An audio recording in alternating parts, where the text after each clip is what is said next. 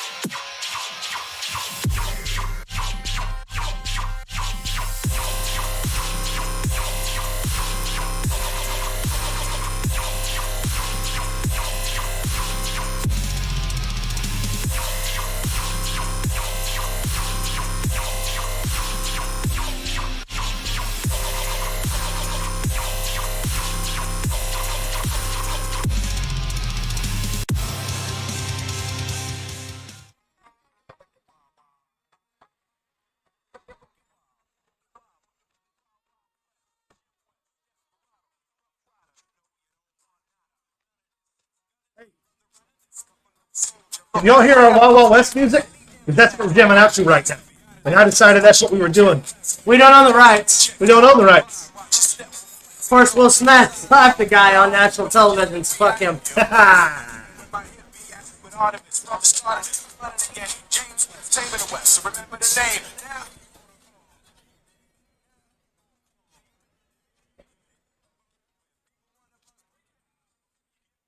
What up, y'all? Welcome to Pro Wrestling Throwdown for the week of July 24th, 2022. I'm Caleb Black. This is Luke the Big Dog Williams, along with our in-studio producer, the Mighty Max Fury, and our in-studio editor, Big Bad John. Notice you can hear us this week. We are back. Big Bad John's back. We're in full swing. We got a huge show to get down to. You're looking at two idiots. Looking at two just big idiots. Thanks, everybody, for tuning in. Hold on, let me log in over here. That way, yes, we pad our views. We try. Shut up. We're not big creators yet. Don't judge me. Well, we can't write and play along, so. Exactly. What's up, Will B? What up, Wolf Fang? So, before we get started, remember you might be on a slight delay. yes, just a little bit. Just a hair of a delay, but that's all right. Smidge. That's okay. Just as usual. We're here for you. We're here for the consumer. Luke, how's your Sunday? My Sunday is fantastic. Did a little Wild Wild West. So I'm good. Wild I'm Wild ready to West. start. We got a long show today. Also, remember, Big show today. stick around after the birthdays and bullshit segment for Caleb's What If segment. I put in a ton of work, y'all. It's going to be a good one. Gonna be fantastic. Hopefully y'all like it, like what I got to say. We've also got a ton of news coming down the pipeline today. We're still getting updates. We actually had an update about 20 minutes ago, right before we started. So it's going to be a great show. Max Fury, Mighty Max Fury, in-studio producer. How was your Sunday, sir? My Sunday is great. I've been exhausted though. I've been horribly tired and exhausted. Okay. Why? Oh, you want to know why? No, but you're going to tell me I'm anyway. going to tell you. Well, you remember I was in the Crusades, right? No, I didn't know you were in the Crusades, yeah, Max. yeah, I was in the Crusades back in the day, and I had to go back to the Crusades. Uh-huh. Is that still And going I on wound over up- there? I wound up getting captured, and well, it's a long story, but I'll try and make it short. We had to break out, and then we saw camel jockeys, actual camel jockeys at Dumbtown, not being. I just about to say. It was the craziest thing. I'm a little tongue-in-cheek And today. I don't know, Jim No. Oh, good. And Lord. I had to swim a really long way, man. I swam to England. Uh-huh. and- All the way to England from the Crusades. Yeah. Wow. Yeah. I wonder how wet his back was. That's why I'm so tired, man.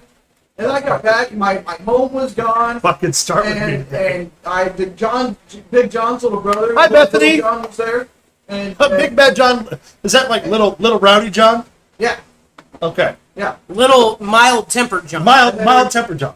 There's a sheriff. Mild and tempered, right? Prince John, and it was Oh, thank you. there was a lot. There was a train. There was a lot. Going That's on. just a base that you pee in. A latrine. They changed that to shit. You know, Pretty sure we call that a Russo.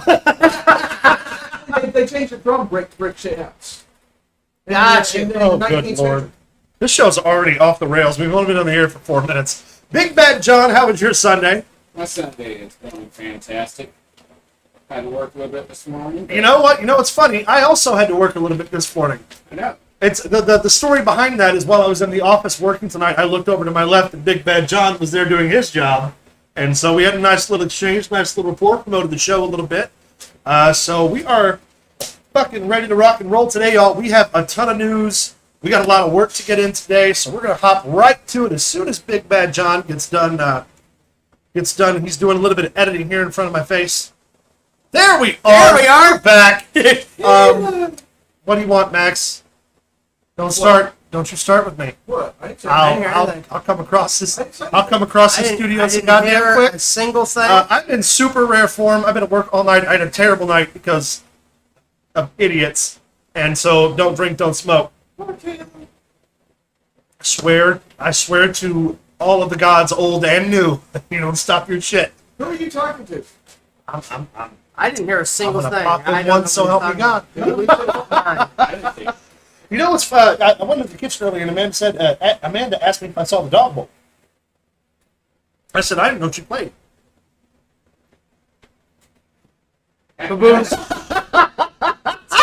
All right, enough stalling. Let's get to work. For those of you who stayed through all that bullshit, thank you for staying. However, that may be one of the loosest intros that we've done. We had a little bit of fun. Now we can get into the nitty gritty of the work. So y'all, thank you for tuning in. Let's get right to the show because we got a lot of ground to cover. The first and biggest probably news story of the week: Vincent Kennedy McMahon, after 40 years of dutiful service to the WWE as owner, CEO, and chairman, has announced his retirement from his standing position as CEO of the WWE, from his head of creative, for the first time ever since he purchased the company from his father in the late 70s or early Mid late 70s. Yeah. Vince McMahon's no longer the boss, and that's look. We covered the allegations and everything last week, and we can unpack all that all day long. And yes, obviously he resigned under duress from the allegations. Well, here's the deal. When it comes to that, people can say what they want, but without Vince McMahon, Lost the feed. Without Vince McMahon, professional wrestling wouldn't be professional wrestling today. Yeah. People can say what they want, but Hi, without hello. Vince Thank you for joining. Hey, baby. Without Vince McMahon, wrestling would be still territorial. Yeah. Which It wouldn't be the bad. global conglomerate that it is today. The phenomenon that it is today. So, I mean, we're not making his... We're not making light of his current situation. No, but at But the we are same time, acknowledging his contribution to our industry this is the first time in the history of in professional over wrestling 40 years that there is no Vince McMahon in any anywhere. control. He bought out the AWA. He tried to buy out Byrne. Yep. I'm sorry, he bought out Byrne in the AWA. He tried to buy out Watts. That didn't work. He bought out Ted Turner. He has stood the test of time in the professional wrestling business over everyone. Everyone. Every single competitor that ever came across the board. Yes, AEW is their direct competition right now, but he's been the top dog of the industry, and we can all argue that, habitual wrestling fans will still watch WWE, but let's genuinely consider the first guy, regional promoters, yeah, they made money. Right. But they were never going to go national. Vince was the first guy to do that. They were never going to go weekly episodic television. No. Vince was the first guy to do that. And we're talking about live content week to week, not like pre-tapes where they had to cycle over things. Right. We're talking about a guy who introduced professional wrestling to corporate fucking America and turned professional wrestling for the first time ever into a billion-dollar industry. Well, and also, not just behind the scenes, but on scene, Vince McMahon is the greatest heel Of in all professional wrestling. time. Ever. There is no argument that can be made. He is absolutely, quintessentially he wrestled Shawn Michaels and God, for crying out loud. And he put himself over He won. on God. If that doesn't make you the biggest heel in the business, I don't know what show you're watching. Vince McMahon, it's going to be interesting to see where the WWE goes now. Yeah. Well, now that he's out of control, he'll be no longer sitting at the table of creative, which we're going to cover here in just Yes. a minute. Stephanie McMahon has resumed the role of CEO, and honestly, I think here in a couple of weeks, once we get down a format, we'll do like a tribute show to Vince. We can do that. Where we'll go to like Probably do Vince's top moments, stuff that we always loved, stuff that we always appreciated. This show is so packed that I didn't want to plan that, overnight, because that's something I really want us to put We the have a work in lot on. to cover today. We do, and let's keep the ball rolling. One more time. Vincent Kennedy McMahon, CEO, billionaire mastermind of the WWE, has announced his official retirement and is no longer the boss. So let's talk about his replacements. We covered last week that Stephanie McMahon would be taking over the role as CEO. Yep. And that Jeff Jarrett is in the role of president of live events. Yep. Triple H has returned as head of talent relations. But let's talk about the new head of creative for a minute, y'all. No, wait! Oh, no. Hold on, because we did skip part of the format. Yes. So Vince McMahon announced his retirement on Friday. SmackDown. Yep. Brock Lesnar, current #1 contender for the WWE Championship and Universal Championship, walked out on SmackDown. Yeah. Now, he did return at the end of the show, but as soon as he heard about the whole thing, he was supposed to be all over SmackDown. Like, he was supposed to be in 4 or 5 segments. Hey, welcome back, John. Welcome back, Robert. Tanya, we're excited to see where things go, too. Yeah, he was supposed to be on the format. He Yeah. said something to the line of, If he's not here, I'm out here. Yeah. And of course, they said when Now- he come back, he was more level-headed Yeah. and everything. But Brock Lesnar is a Vince McMahon guy. He always was. He always will. Yeah. But now let's talk a little bit about... I find it interesting that when Sasha Banks and Naomi decided they weren't working SmackDown, they were immediately buried by creative all over TV. Brock Lesnar decided he wasn't working SmackDown. Everybody in the back was like, that sucks. Yeah. However, after having some consideration about that, I thought about this legitimately. Okay? Oh, it looks like we're buffering right now. It might be our signal. I know we're on a delay. No, everybody else is Okay. we're good. Yeah. Okay. Either way, I realize why they didn't do that, and there's one simple reason. Because if you shit on Brock Lesnar, who's the #1 draw in the company right now, #1, you're going to be out millions of dollars. And #2, if he decides to come back through that building and you've been talking shit about him on TV, You're gonna have to answer live for for it. hours, I wouldn't want to be Michael Cole getting fed that line. Make sure you tell the people Brock Lesnar let the people down. And then 45 minutes to an hour later, you're like, remember that time you said that about Brock Lesnar? Yeah, he's back. He's pissed. Well, here's the deal. Here's the deal with see there. She's not experiencing buffering either. Yeah. That's the thing. They did allude to it in a way. Yes. When Lesnar come out, Michael Cole goes, "I thought," to which Pat McAfee goes, "I thought too." Yeah, and that's all they said. All they alluded Because to. again, you can say, look, yes, it was unfair that Bayley and Naomi, Sasha Banks and Naomi got the treatment they did. None of us disagree. But Sasha Banks wasn't going to walk back in on SmackDown and grab somebody by the head and squeeze it real hard. John, don't jump ahead of us in the. Yeah, man, we're in the working thing. here. Hey, you let us give the news to the people. That's why they tune in. That and our entertaining banter and his handsome face. To the Wild Wild West. Jim West. Sorry. Anyway, so yes, but Brock Lesnar did return to SmackDown. Yes. He did his job. So back on the Saved format us from here. Goldberg. Oh, thank God. Let's talk about Vincent Kennedy McMahon's replacement on creative. It's Brother Love, baby. Don't Second only do it. Don't you to do Brother it. Love. Here we go. It always pops. Always.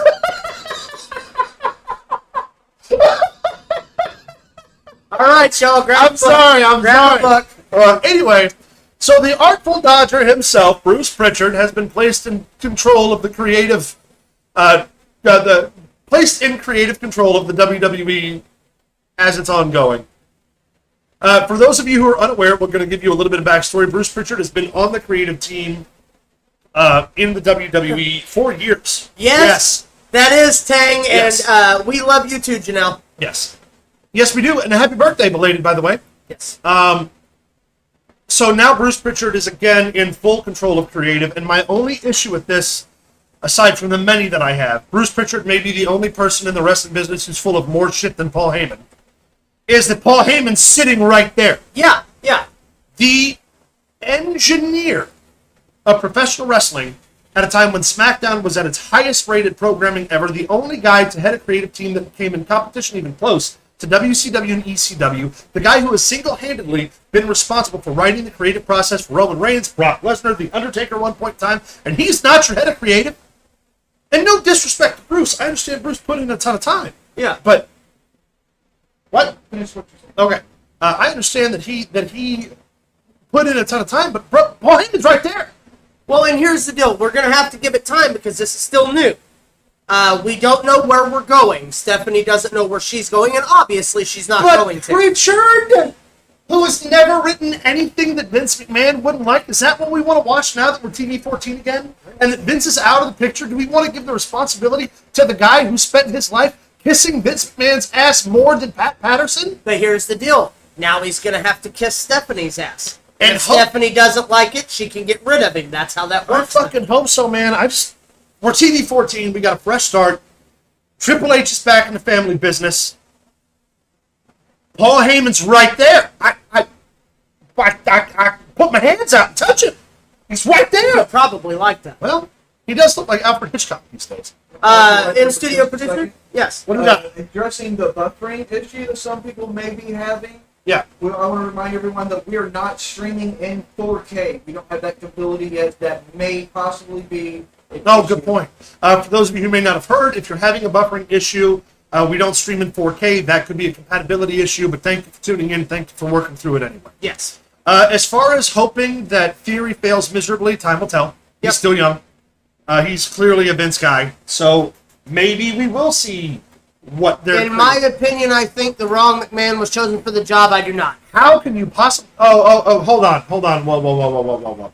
Man, Yeah, go ahead. you're sitting here and tell me that Shane McMahon, baby. the guy who popped in to the Royal Rumble, put himself over, and then got himself fired for his disrespectful attitude, was a better option for creative and controlling the company financially and fiduciarily, other than Stephanie, who's actually been a sitting member of the board of directors for the WWE for like the past 10 years. Oh no. And when Shane McMahon, hold on, and when Shane McMahon decided to leave a vested business interest in the WWE to pursue other things, only returned after his own fiscal failures, the entire time Stephanie went and got a business MBA from one of the top colleges in the world, specifically to tailor to her corporate experience, and is the wife of Triple H, who is a tenured fucking savant and genuine genius in the professional wrestling business. You're going to sit here and tell me that Shane McMahon was a better option?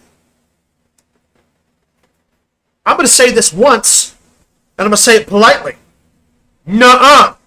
Nuh-uh. For nuh-uh. You left out one thing. Tell me what I left out, Maximus. You left that Stephanie literally grew up in the business. Yeah, she started when she was 16. Just like her relationship with the Macho Man. Yeah. Shane is come and gone. That's what I'm saying. Stephanie has the She most spent her insight entire of life. anybody. Yeah. From In every fairness, angle and aspect and perspective that you can think of. if you examine her age, Agreed. if you examine how old she is now, she spent just as much time of her life working for the WWE as Vince has owning it. Yeah. I mean, that's a fact. Well, here's the deal. You also have to look at. Armageddon. Well, you also have to look at the business programs that she's brought in. Connors, Yeah. the Susan B. Coleman, however you say that. Yeah. The work she does overseas, the work she Don't does drink with the those military, the work she does with women's What? charities. Hold on. Which other McMahon? It can't be Roderick because he's dead, and it can't be Linda because she lives in Florida, while the entire time Vince has been railing interns. I agree with Wolfie. Nuh-uh. Stephanie's the best choice. No, and that's by a long shot. Stephanie is the best pick. Man. Like, Thanks, boss. I appreciate it. I had a good suggestion from somebody to put my beer in the mug. Yeah, boy. That it just holds more. It's more. Don't drink, don't smoke. Well, we're gonna. It's our show. Don't tune in. I was telling them not to. what you just talking about your face? Are you saying his face is pretty? Is it a nice face or a nice glass? We're Could be kinda both. confused. Hey, why can't it be both? Let me live my truth. It's 2022. So anyway, off of the side tangent that we can sit here and dissect who should be in control. Stephanie McMahon, with her corporate experience, obviously the best person. McMahon family, remember, is a private LLC that is a primary shareholding Yes. in the WWE. And while Vince's name is registered to the LLC, now that he's retired, that will de facto retire to the distribution policy when it comes to the stock market, and the majority shareholdership will go to Stephanie McMahon. Shane is a shareholder.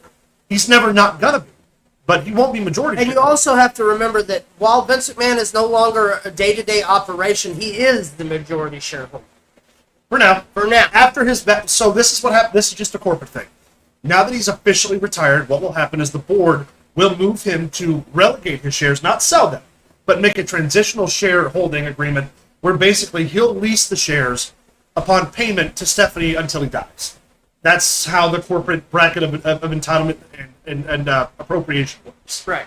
But anyway, so Bruce Pritchard, back to that. I don't know, man. I hope it's good, but Paul Heyman's sitting right there. I know. Sitting right there. I know. Put me It's in a coach. shame. It is a shame.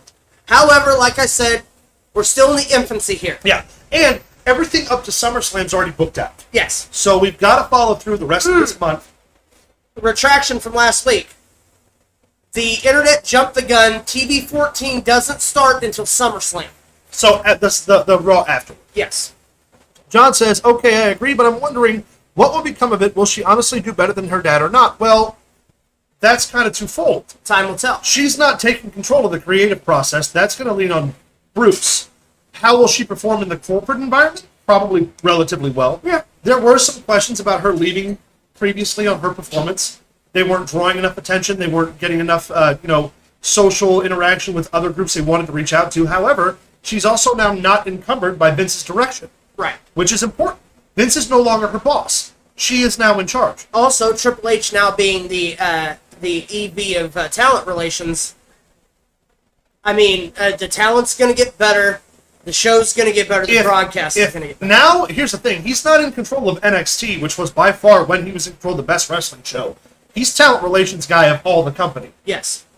After SummerSlam, we're going to see a dramatic fucking shift in what their presentation looks like and the talent they're going to accrue, and it's going to be something to watch because there are guys in AEW chomping at the bit to get some money thrown at them. You know what else is really nice to watch? What's that? Where they can find us on different social medias. Oh, you mean like, hold on. Here we go. You mean like their ability to find us on Facebook, facebook.com/Pro Wrestling Throwdown. They can follow us on Twitter at Pro Wrestling TD. They can send us an email at ProWrestlingThrowdown@gmail.com. And they can even follow us on TikTok at Pro Wrestling Throwdown 1. And while they're at it, they can check out Streamlabs.com/Pro Wrestling Throwdown to check out our merch store. Our main website is down right now for maintenance. We're hopefully going to get that fixed this week. But you can still check out the Streamlabs, which means you can still access the merch. And don't forget, if you donate, your name's going to get entered into our little bowl over here for the month of August to win some free merch. All of those donations go right back into the show. We don't take any of that. We appreciate any donations. And we're also not shilling for donations. Also, congratulations to Carla last week for your win of the Pro Wrestling Throwdown t-shirt. This month is the Pro Wrestling Throwdown mug. Now, Robert Page says NXT should be removed and shut down. I don't disagree with that, but it's kind of twofold. Let me explain. Okay. NXT absolutely should be a developmental brand. Do I think they should be broadcast on the USA Network? No, I think that's a premium option to continue purchasing the network for Peacock, like it was originally. However, remember, they're contractually obligated to produce so many hours of television for USA Network. Correct. They're a media company now. Yeah. So, as much as we would like to say that, it's another wrestling show. It's another hour or 2 hours out of your day. Yep. If you like NXT, watch it. If you don't, don't. All those call-ups change anyway.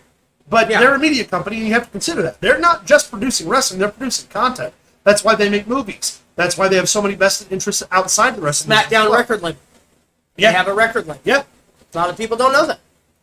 John Cena was signed through the SmackDown records. Yes, he was. We were talking about the possibility of they could bring back the WWE films. Yes. Yeah. And do a lot more with that again.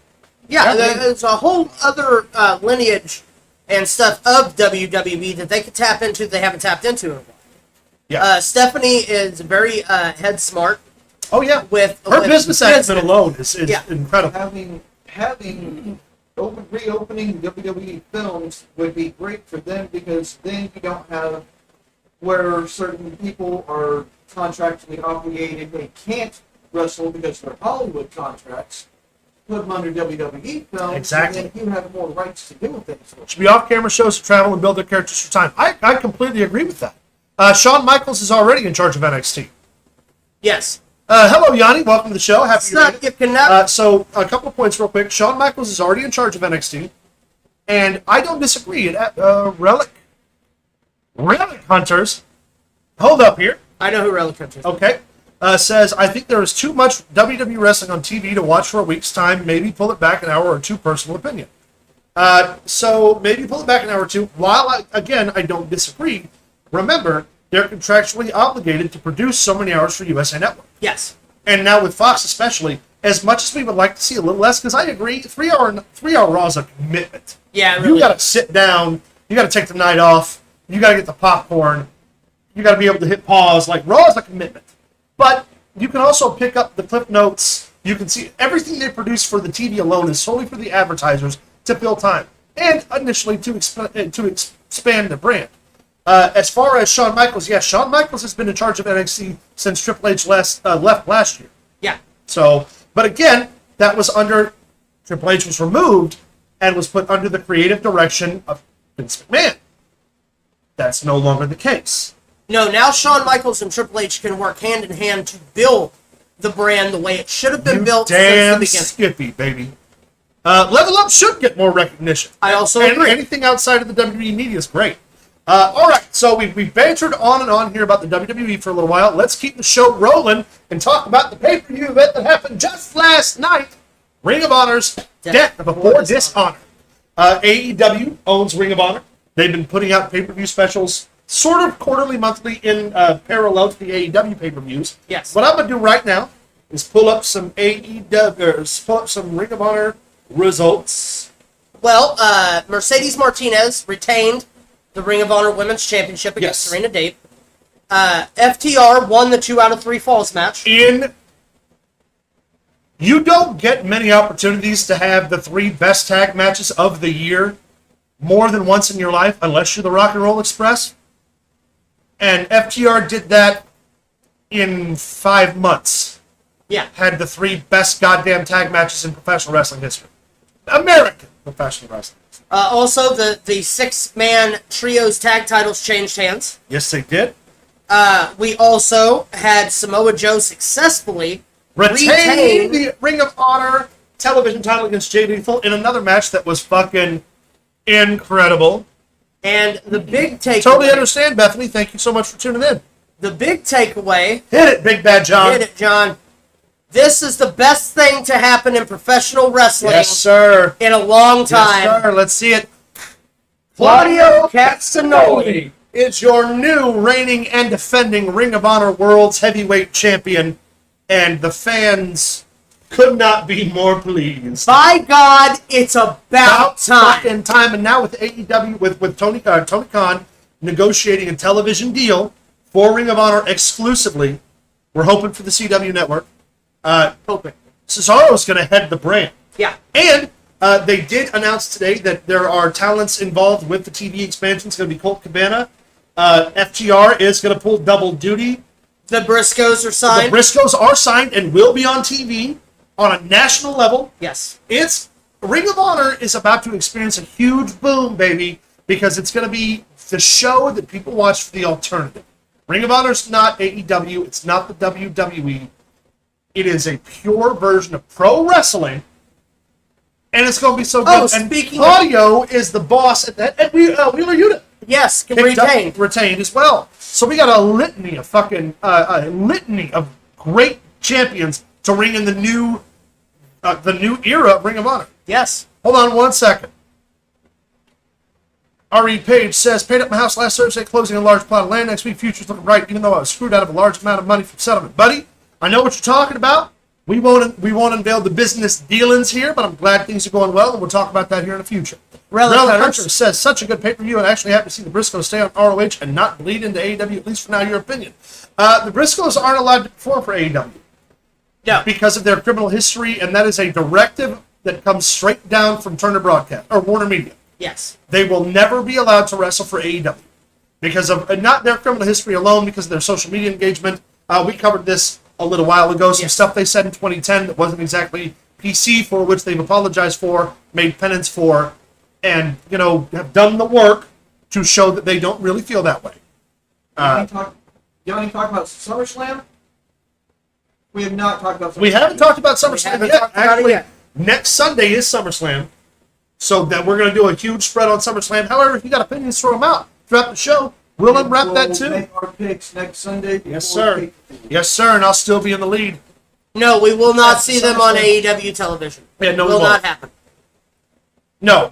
As we just said, Briscoes will never wrestle on AEW. They will, however, be on the broadcast TV for whatever deal they pencil in for Ring of Honor. Yes. All right, let's move on up.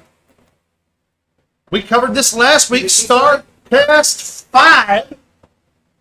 Ric Flair's last match. The main event has been announced. Finally. Ric Flair and his son-in-law, Andrade, are going to take on the team of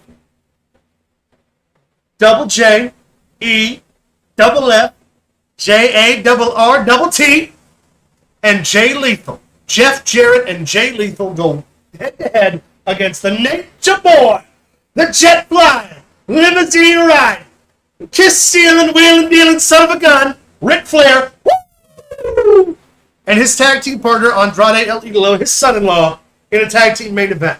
We unpacked the card last week, but hot damn, Starcast is actually, I think, at the end of this month, it's going to be fucking great.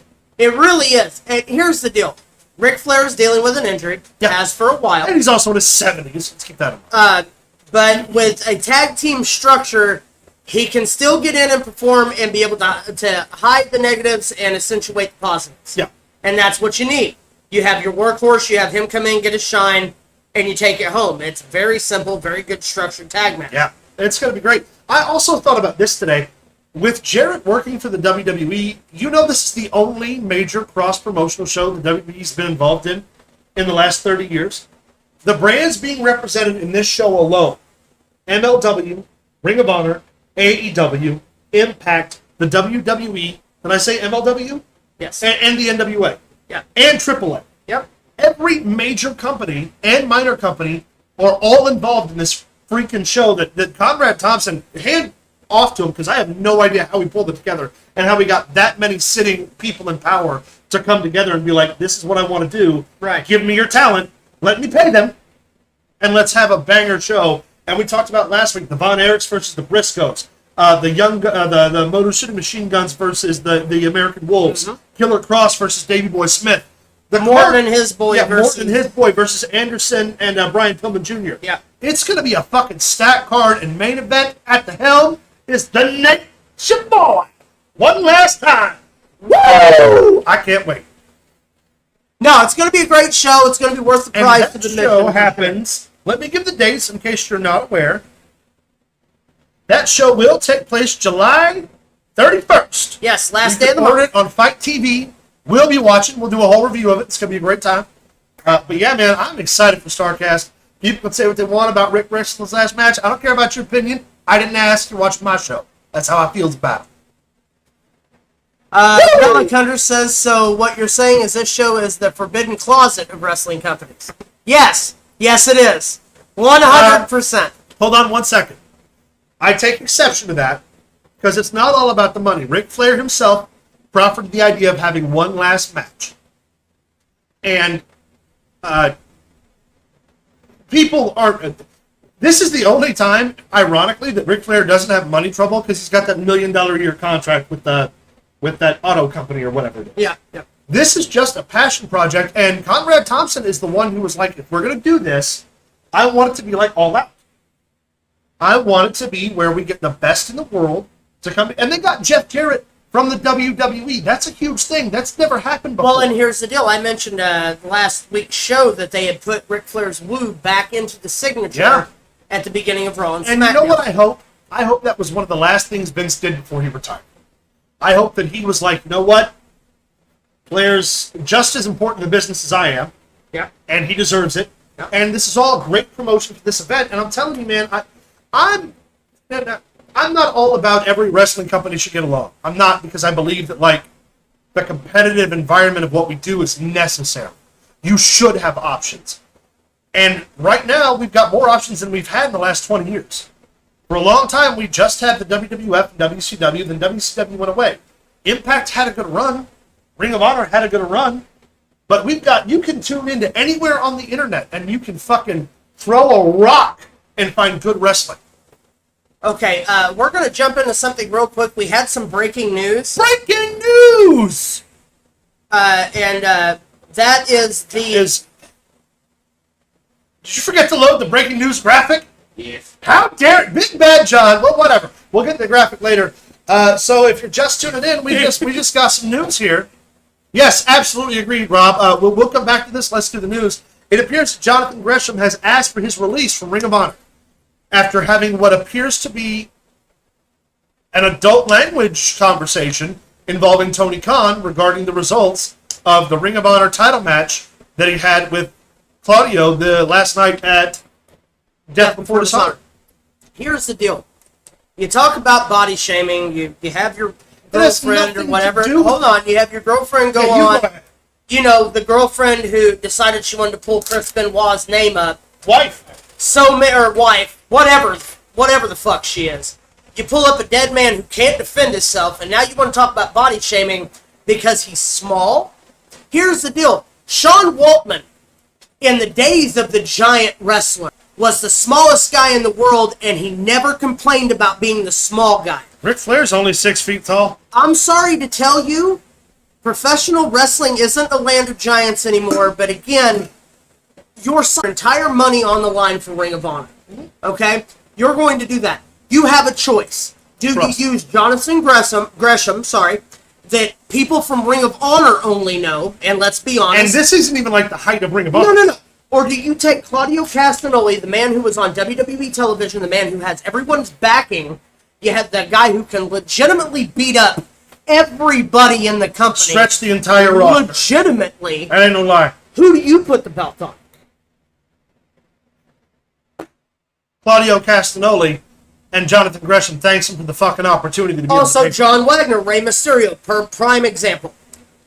Rey Mysterio is a former world heavyweight champion in a business of people who are no less than 6'4" at any given time, 300 plus. Rey Mysterio's first major victory in pro wrestling was over Kevin Nash in 1999, and at the time, Kevin Nash was still 6'10". So you can't say it's about your size anymore. Ric Flair was only 6 feet tall, and he was the most storied world champion in a time of wrestling where guys had to be 6'6" to get hired. Now, I got a little bit of flack for a post I made of Jordan Grace on our Facebook page over the fact of her bringing up Benoit, where somebody said I was glorifying a murderer. I was not glorifying a murderer. I'm going to go on record right now and say exactly what I meant. Let's hear it. What I meant is she said that the indie wrestlers, Chris Benoit, they would wrestle circles around Chris Benoit today. That's false. And there's no more unfactual thing that you could ever say in your entire life as that anyone could wrestle circles around Chris Benoit. I'm sorry, doesn't work that way. Including that she doesn't even think. What I said was very simple, and that was, you're wrong. And the only reason that you try to... Thanks for tuning in, Bethany. Have a great day. Yes, thank you. Then you tune in and you say, and she says again, I didn't know that a murderer had that kind of a following. And then she apologizes? Yeah. The only reason that you apologized is because you got called out on it and you're a worthless human being. Oof. Tough. And hey, here's the deal. People can exonerate themselves. It's nothing to do with the Part of the show. Yeah. That's before he hired Claudio Castagnoli. Yes. And when you're looking at expanding a brand, you need a name, and you need somebody who can go in there and wrestle everyone. Yes. Claudio Castagnoli's the guy. You don't get mad and quit. I'm sorry. I'm going to let everybody in on a little secret about the wrestling business. You can't tell anybody else. Yeah, this no, is just for the people in the between room. me and Okay? you. Between us. Wrestling's not real. The finishes are predetermined. The belt is only measured by how much you can draw. That's it. Now, if you tell anyone that, I'm going to deny that, but wrestling's...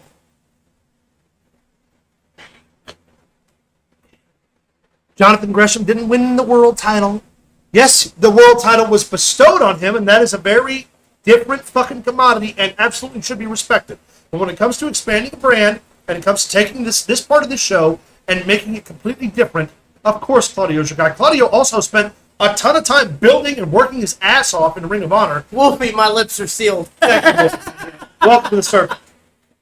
No, but here's the deal, dude. It's no different than what they tried to pin on Michaels back in the day, and this, that, and the other. You lost the title, so you want to take your ball and go home. Period. Now here's a rub. Stone Cold, Steve Austin, whose linear success alone allowed the WWE to go public, absolutely showed up to Raw one day and they didn't have anything for him. He didn't like the crane and he went home. Stone Cold was the reason they were able to go public. Stone Cold's allowed to do that. If you're drawing millions of dollars at a gate, you've got a lot of stroke. You ask Ric Flair how much stroke he had in 1985 when he was the NWA World Champion working 22 national territories, including the international territory tours he took in Australia, Japan, and Europe. You ask him, hey man, do you like this? And he says no. You know what you get to say? All right, man, we'll change it. That's it. But if you're not drawing millions of dollars, you're not drawing hundreds of thousands of dollars, which on that scale is significantly different. You don't get to complain. And compared to Claudio Castagnoli, he could, Jonathan Gresham couldn't draw a picture with a paintbrush. Look, I'm not here to disparage anyone's size or any of that. I believe Jonathan Gresham's an incredibly talented worker. 10 times the worker I ever was. No Claudio. But if I were a billionaire tomorrow, and they came to me and said, hey, would you start a wrestling company and make him your number one guy that people would see every single week defending your main championship? The answer's going to be no. No.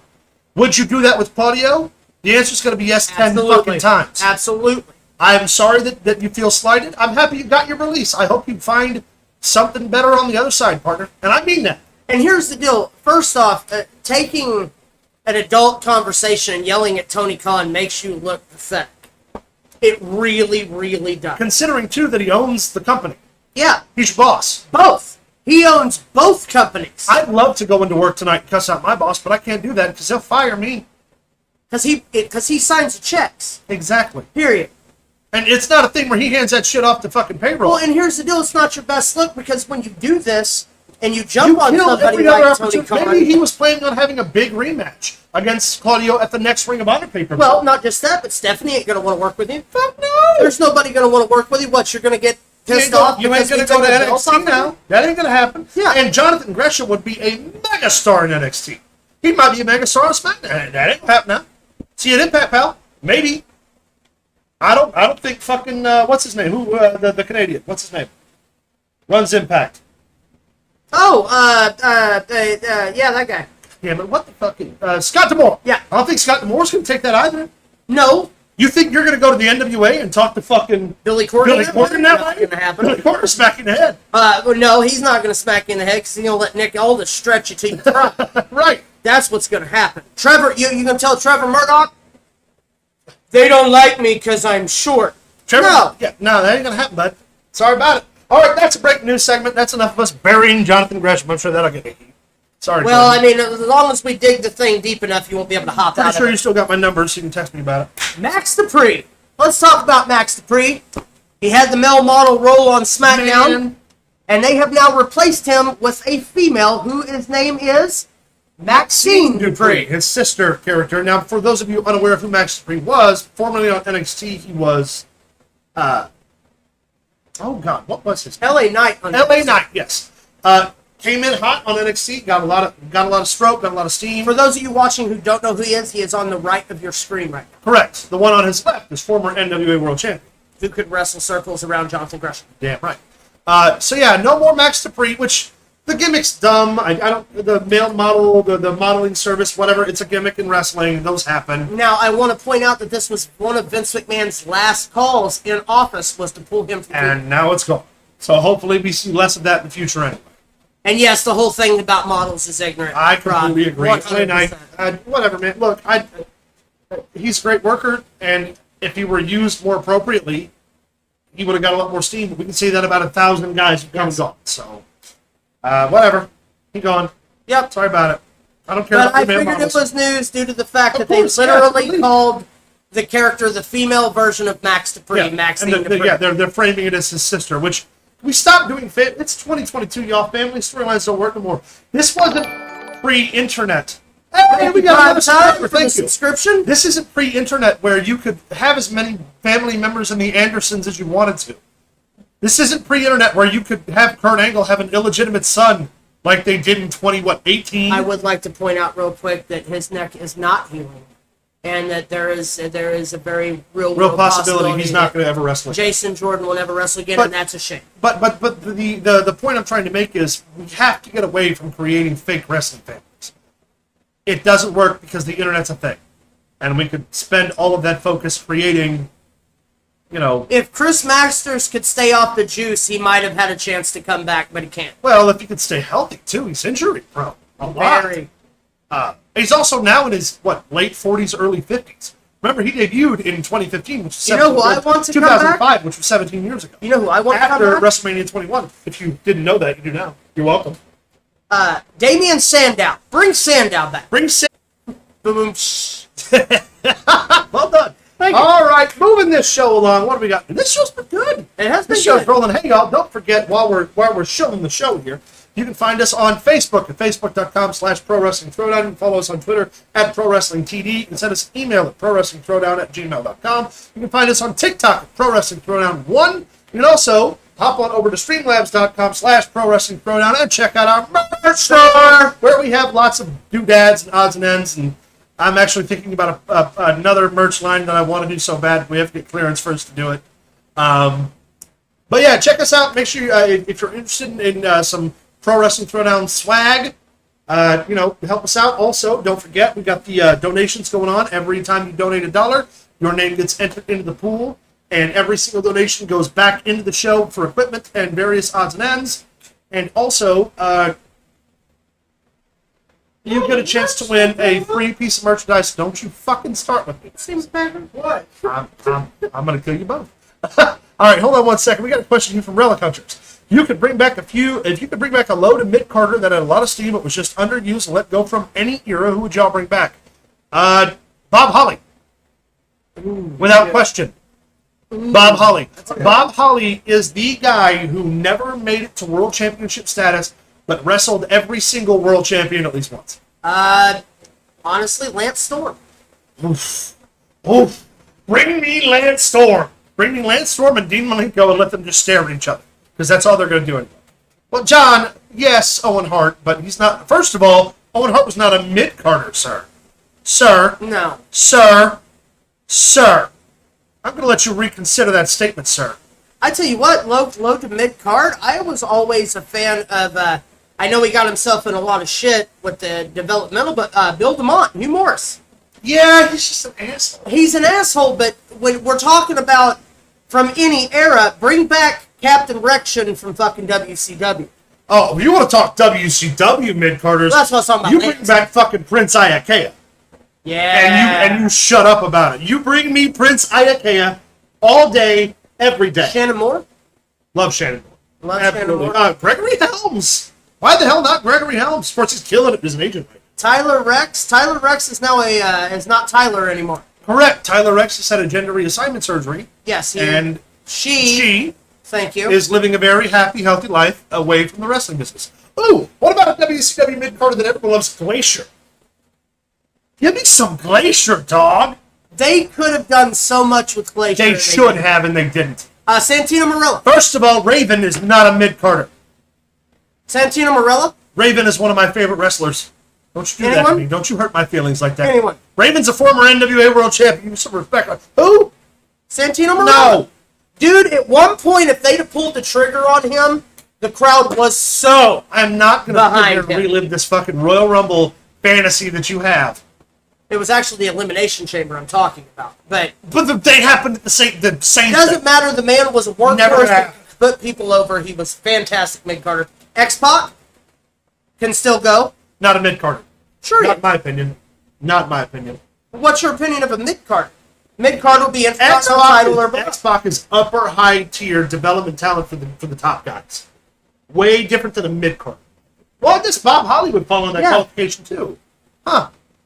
All right, well, I And guess they were tag team champions if you want to together, have that by the argument, way. if you want to have that argument, I would. I do would know go that, with, right? Yes. Yeah. James. Ooh, I do love James Storm.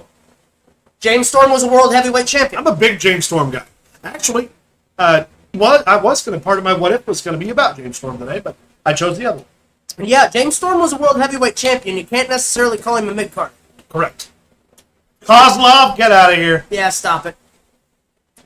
Santina Morella is the only goof gimmick we get on this. Leave Kozlov alone. Stacy Keibler, mid-carder for the women, but prominent spot. Yeah. Well, In the era of Trish Stratus and Lita, though, yeah, I that's don't what know. the qualifiers are mid-carder, I would think. She was more of a manager than she was really But she did a little bit of in-ring work. Still, though, I mean, Yeah. we remember as the Dudley's manager, I mean- the Blackpool Combat Club has all the belts. You know what that really means? What's that mean? What does that mean? It means Claudio Castagnoli just got a real Ring of Honor legend Yep. to be his #1 contender. Yep. And if you're going to sit here and tell me you're not going to spend all of your money to watch Bryan Danielson and Claudio go at it for the Ring of Honor title in 2022, I'll pay you half that money for him and Samoa Joe. him and Punk, get around to Yeah. it. Get around to it. Come on, baby. It'll be interesting. Now, with Brian. Stop right there. Okay. Can we please have London and Kendrick back as a tag team royalty? Whoa! First of all, Monty Brown. 100%. Brown. Yes, 100%. every day. That being said, no, Brian Kendrick is no longer allowed in any conversations. He's a flat earther weirdo, and I don't like him. That being said, Monty Brown, Marcus Corban, abso-fucking-lutely. If you don't listen to My World, the Jeff Jarrett podcast, Hold on. We have no streaming on my phones. Even my phone. You guys are fine. mine buffered a little bit. So yeah, guys, sorry about the streaming issues today. We got a lot of bandwidth going out. Anyway, yeah, Monty Brown all day. What was I talking about? I don't know. You saw. London and Kendrick. No, Brian Kendrick, get out of here. But yeah, Bryan Danielson's back. Obviously, he'll return. We got Punk coming back. 27th of Dynamite. Dynamite of the 27th of this month. Brian Danielson wrestles Daniel Garcia. Yeah, buddy. That is the first match back for Brian It's going to Danielson. be good. Daniel Garcia. Talk about a guy who came out of nowhere and is always on TV. Buff Bagwell. Buff the Stuff, one of my favorites. Hey, guys. Actually, I'm working on getting an interview with Buff Bagwell. We've not been able to get it across the board yet, but hopefully we can do that and put it up here. Yeah, we've actually been. I've been. China's not a mid-carder. I've actually got a little bit to say about China here, a little bit for my what if segment. It'll be a roundabout thing, but I fucking love China. China's not mid-carder. No. China's top of the line. Yeah, first China's woman the to- first and only woman to ever hold the WWF Intercontinental Championship. Yeah. WB now, whatever it is. Whatever it is. So Brian Danielson is going to return. That's good. No concussion protocol. He's perfectly he's back. healthy. Back And with healthy. somebody who had a problem with that kind of thing, Yeah. it's great to know that he's over the symptoms, Mhm. that everything's good. I can't wait to see where they go, like you said, with the Ring of Honor stuff, with all this. With Punk coming back. Vince McMahon, again, if you missed the top of the show, is out of the WWE now. It's going to be interesting to see where we go with that. Yes, sir. You can't bring Billy Gunn back. He's already back in AEW. And hopefully we're going to get a little New Age Outlaw reunion here down the Which would pipeline. be fantastic. I just want to see them wrestle the Guns. I'd be That's all I want. Totally That's all I down. want. Make that Totally happen down for me. for that. Make that happen for me. All right, what do we got next there, Big Bad John? I think that's it on our segment. So Here we go. Hey, we had a couple of fan submissions today, and we're gonna pipe right into some questions we got asked specifically for the show today. The mailbag is page, by the way. the mailbag is always open. If you have questions you want to filter for us to prepare segments for throughout the week, where we can talk about it like we did like that last night. So, in no particular order, British Bulldog was not a mid-carder. Knock it off. Leo Rush. Leo Rush. What are you doing? Stop What are you doing it. over there, primetime guy? What are you doing? Jeff Jarrett versus Jericho? I mean, I wouldn't be mad about it. Not at this point. I mean, one of them's sober and the other one's Jericho. Ask his wife where she was in January. All right, here we go. So one question we got is, how did wrestling become the theatrical event that it is today? And that is relatively specifically tailored to a number of events. And I'm going to have to go on the history here a little bit to explain the evolution of pro wrestling. We've talked about this before, but just for people tuning in, wrestling started in carnivals Yes. with strongmen. Strongmen would shoot-style wrestle guys for money from the audience, and they'd pick a plant who was a little bit smaller. That and we call the couldn't look mark. like they would win, and that guy would win, and then they'd take all the money from the people.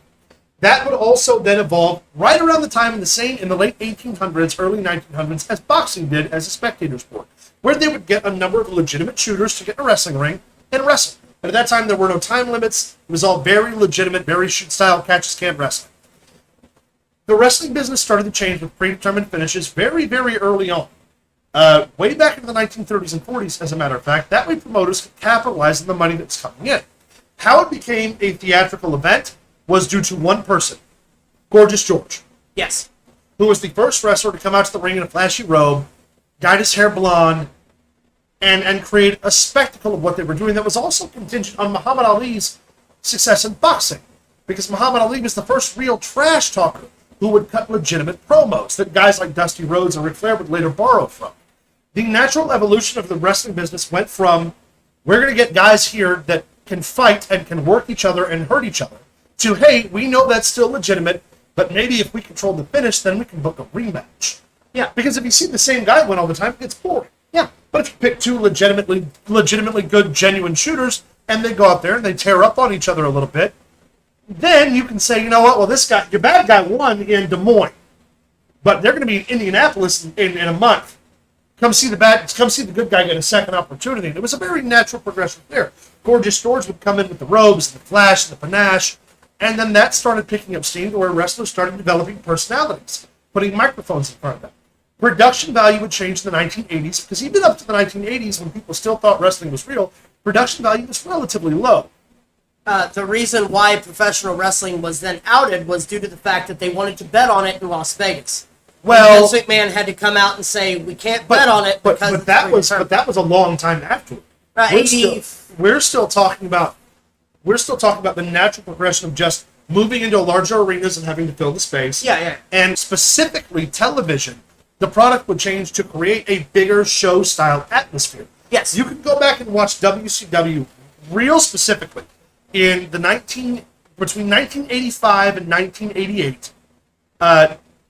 WCW, Gorgeous George cut the first wrestling promo ever regarding the style of robe he wore and how much it cost.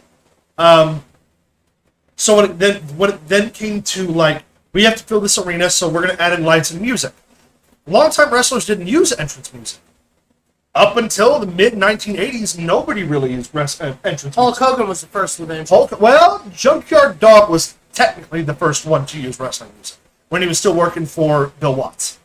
But then Hulk Hogan took it, and then, of course, the introduction of WrestleMania is what changed everything. Mm-hmm. On this large, broad scale, you filled the arena. Vince, contacted celebrities, Lauper, and filled the arena with music and lights and sound and featured wrestling matches.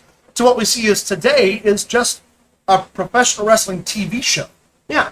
But it genuinely slowly progressed from this event where legitimately hard work around each other, and then you started adding in personality. With the personality came from personality developed into character, and character developed into promos, and promos developed into angles.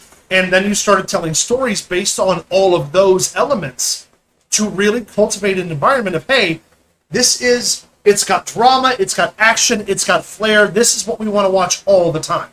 Actually, on Rob's point there, especially WrestleMania 3. WrestleMania 1 was a huge event. But actually, the spectacle and everything wasn't technically Starrcade. Starrcade, WCW. Was where wrestling really drove to the forepoint, which was before WrestleMania 3. It was also before pay-per-view. That's back when it was still on closed circuit television. Closed circuit television, yes, correct. Y'all thought I didn't know about closed circuit. Y'all thought I didn't know. Hey, my internet's just fine, sir. We got like 18 devices running so we can produce the show. Also, I'm not buffering at all on my end. So, You guys should be fine. I did a little bit, but we're good. Hold on 1 second. I'm going to check something out here. Oh, look at that. Getting lots of good fan feedback. Hold on 1 second. good. Got another Good. message. Hey, here we go. So, but yeah, that's how professional wrestling sort of changed. It was a very natural progression from an athletic contest to a performance sport, not a spectator sport. Yeah, Starrcade's fucking in Starrcade. Hold on, what was it? Starrcade '90, when Sting won the world title from Flair. Yeah. My absolute favorite. Of course, the first Starrcade being headlined by Flair winning the Flair belt. winning the belt, baby. But the most memorable match for me was the dog collar match between Roddy Piper and Greg and Greg the Hammer Valentine. We can talk about that match. He legitimately busted the eardrum of Roddy Piper with a shot to the chain to the ear. The first ever broadcasted live on a mega scale match that featured just hardcore, hard hitting, almost what would have been conceived even for like Bill Watts territories. Just a hardcore match. It was a death And match then beginning. changed the fucking wrestling business forever. And of course, that was right at the tail end of the 90s, introducing deathmatch wrestling from the Japanese influence. And we'll get into that later. Because I'm a fucking encyclopedia. All right, second question. What's your favorite move? I'm going to offer this to everybody here at the table. What's Big your Bad John? personal favorite wrestling move and why? The figure four. Boy, this is a Ric Flair heavy show. I'm very happy. Woo! Maximus, what's your favorite wrestling move? Honestly, Arcada. Well, the fuck, I should have. And that plays into the style that I used to wrestle and everything, and I've always liked myself. And you can't. I guess you can lean the diamond cutter in on that as well. Foley, Right. Well, Foley lost his teeth in the Hell in a Cell match, but he lost his ear in Germany against Vader, which I would proffer was a much more hardcore moment. Caleb, what's your favorite Diamond cutter. Diamond cutter all goddamn day. We kind of. I kind of agree with you there. The engineer of hitting it out of nowhere. Not a DDT or Nope. not a neck breaker. Wait, we can talk about the DDT. What do you think mine is? The super kick? No, No, it's believe it not. or not. It's one of the most flashy, and I enjoy watching someone get kicked in the mouth. Holy shit, we got another Magnum fan in here. Belly to belly from Thank Magnum you. PA. Hey, prime time. We're going to be friends. It's flashy. It's flashy, mind you, and it's not a traditional. I always thought Billy Kidman's shooting star press is one of the prettiest fucking finishing maneuvers of all time. If we're talking wrestling maneuvers, it's hard to agree. discredit the pile driver. Well, yeah, the most legitimate move in pro wrestling history. I can't disagree with that. Or the DDT. The DDT will always go down as one of the absolute best finishing moves because it stood the test of time of being an absolute It accident. also was created out of an accident. And then Jake Roberts literally made hundreds, well, I won't say he made millions because he squandered a lot of it, but made hundreds of thousands of dollars Also, using the DDT. Rob Van Dam's 5-star frog splash. That's a Pretty good fucking one. impressive. Perfect Plex. That's actually a... I'll tell you one of my most underrated favorites. Talk about belly bellies. Shelton Benjamin's belly-to-belly suplex. When he was using it to finish an 04 and 05. Natural selection. We've Yeah. got, like I said, the Perfect Plex. The Powerbomb. Kevin Nash's Jackknife Powerbomb. Second best power bomb in the business. Who do you think's the first? Batista's Batista bomb. Yeah. I was going to say... And here's I love. I was gonna say Sid Vicious. Yeah, Yeah. I love all the originators, but because of the way Batista, his side, like there's something about the Batista bomb that was a very special power bomb. Razor's Edge, absolutely. I use the Razor's Edge. Spine Buster, double A. Ooh, yeah. You see here, Rob said the Claymore's lane version of Kevin Nash. Now, I'm sitting here thinking about Nash that. never used- I think he's using the big boot as an I have to example. disagree with that completely because the way that Kevin Nash and the guys that started the big boot that is overly done anymore, Yeah. big difference. Kevin Nash didn't go down with it. He lifted his foot straight up in the air and kicked him in the face. Well, that if Kevin Nash ever tried to throw a Claymore, it'd blow a quad. Right. Well, I mean, Man, I get what you're saying. Yeah, Yeah. 100%. Whereas the Claymore, he like no The gore, the Rhino's gore is fucking second to none. I mean, if you want to talk about it, genuinely just one of my all-time favorite moves, and people say what they want, Bill Goldberg's jackhammer. Up until the match with The Undertaker, stood the absolute test of Do time. you know who invented that move? The jackhammer? Yes. Scott Hello, Steiner. Trip. Nope. Who? Dean Malenko. That makes perfect fucking Dean sense. Malenko invented the jackhammer in the power play. One of my favorite submissions, which always gets glossed over, Conan's Tequila Sunrise. Fantastic finishing maneuver. You want to go submission moves? It's hard to get past the Iron Claw. Yep, yeah, Mandible Claw. The mandible, yeah. I mean, there's several ways you can go with Kurt it. Angle's ankle lock will always be. Undertaker's triangle. Ultimo Dragon's Dragon Sleeper. Ooh. The more you move around, the tighter the hold gets. That's Dynamite Kids, Texas Cloverleaf. I think I can go as far as say Roman Reigns and that, like a sort of McMahon lock or something. Yeah. And of course, the Scorpion Deathlock. Yeah, not the sharpshooter. Yeah, the Steiner Recliner. Also, it's Steiner Recliner, come on, baby. Anyway, we talked about our favorite wrestling move. Last question that we got proffered by our fans. Who's your favorite female wrestler? Now, I'm going to separate this into two categories. All time, current day. okay. Of all time. Luke, we'll start with you this time. Okay. Of all time, Yep. Medusa, Good answer. Alundra Blaze. Can you guess mine? I bet you would know. All time. All Yeah. time.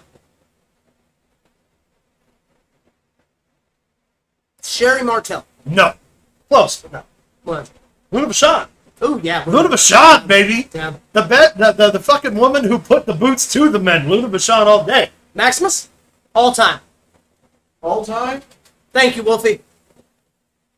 I think that she was highly underutilized as big as she was. China, Oh, absolutely. I think was highly That's a hard underutilized, argument, yeah. Could have That's a done real so hard much argument. more. She was one of the very few women, period, in wrestling Yeah. that never tried to sell the sex side of it. And Right. She was out there to prove that I she agree. could do it. And hands I'm sorry, down, Rob. I don't